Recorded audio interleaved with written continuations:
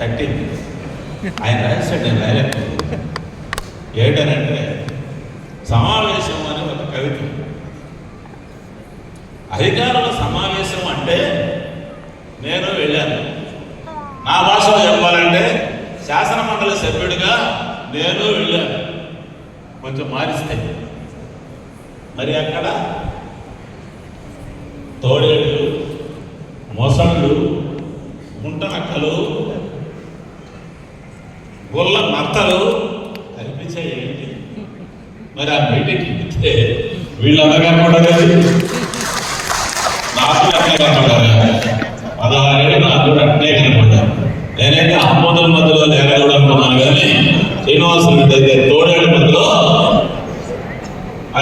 అనేసాడనమాట. అనడానికి ధైర్యం ఉండాలి, అనడానికి ఆ పరిస్థితుల మీద అవగాహన కూడా ఆ కోణంలో నుంచి, ఆ దృక్పథంలో నుంచి ఉండాలా. ఇంకా చాలా అలాంటివి ఉన్నాయి. కాబట్టి శ్రీనివాసరెడ్డి గారు, నేను కోరేది ఏంటంటే, ముగిస్తాను.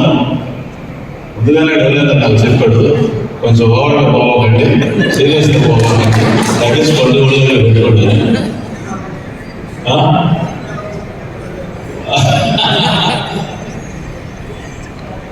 అది అయితే నేను కోరేది ఏంటంటే, ఐపీఎస్ వాళ్ళు కూడా వస్తున్నారు.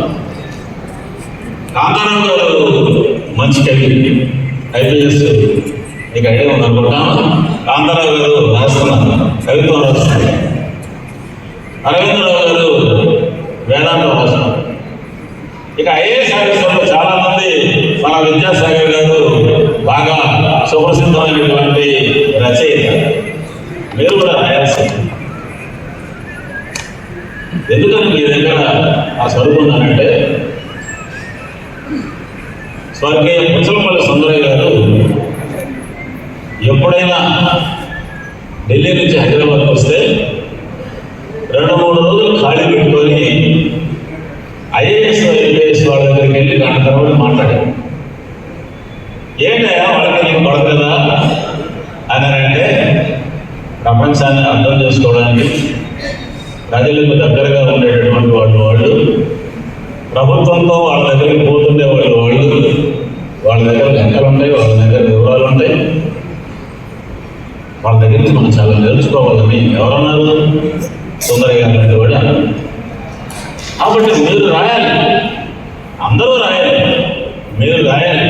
పై స్థానాల్లో ఉన్నవాళ్ళు ఈ మొత్తం ప్రపంచం ఎట్లా నడుస్తుందో, ఏ విధంగా నడిపిస్తున్నారో, మధ్యలో ఏమైపోతున్నారో ఏమిటో అనేటటువంటి దాన్ని ఒక 20 ఏళ్ళు 30 ఏళ్ళు అదే పనిగా ఓపికగా చూసిన వాళ్ళు, తల పగలగొట్టుకున్న వాళ్ళు, ఎదురుడినటువంటి వాళ్ళు, ఓడిపోయినటువంటి వాళ్ళు, నిరాశపడినటువంటి వాళ్ళు, కాదని పేరులన్నీ నిలబడినటువంటి వాళ్ళు మీరు రాయాలి.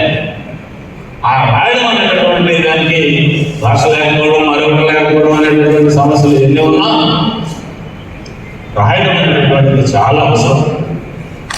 ఎవరో కొద్ది మంది రాయడం నాకేం చదువుకోలేదు, ఎక్కువ మంది రాయాలి. అది ప్రజాస్వామ్యంగా ఎక్కువ పడాలి. ఆ వైపున మీరు రాస్తూ ఉండండి. ఇప్పుడు రాసింది దాదాపు 20-30 ఏళ్ల పాటు మీరు అప్పుడప్పుడు రాసుకుంటున్నాడు. వాడికి తేదీలు, ఆ తేదీలు కన్నా ఉన్నాడు కానీ అయితే రచయిత ఎప్పుడు ఎట్టున్నాడు, ఏ మార్పు చెందాడు, క్రమపరిణామం ఏం చేయాలి చూడడానికి మీరు ఉండేది. అసలు క్రమపరిణామం ఏమంటే అప్పటి నుంచి ఇప్పుడు దాకా ఎప్పుడు అట్నే ఉంటాయి అని అనుకున్నామో అనుకోవడం నాకే తెలియదు. కానీ ఇంకా జీవితంలో మీ అనుభవాలు రాయండి, చూసి కొంత అర్థం చేసుకోవడానికి వాళ్ళకి ఉంటుంది.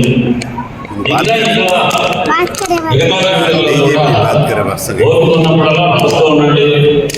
ఏదో కవిగా తగలపడడానికి కాదు, సమాజం పట్టుకున్న అభిప్రాయాలు ఎలా ఉంటారు, అభిప్రాయాలు కొంత విలువలున్నాయని సమాజానికి కొంత ఆస్తిగా అవి ఉపయోగపడతాయి.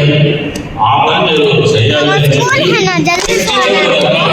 శ్రీనివాసరెడ్డి గానే ఉండాలి. ధన్యవాదాలు.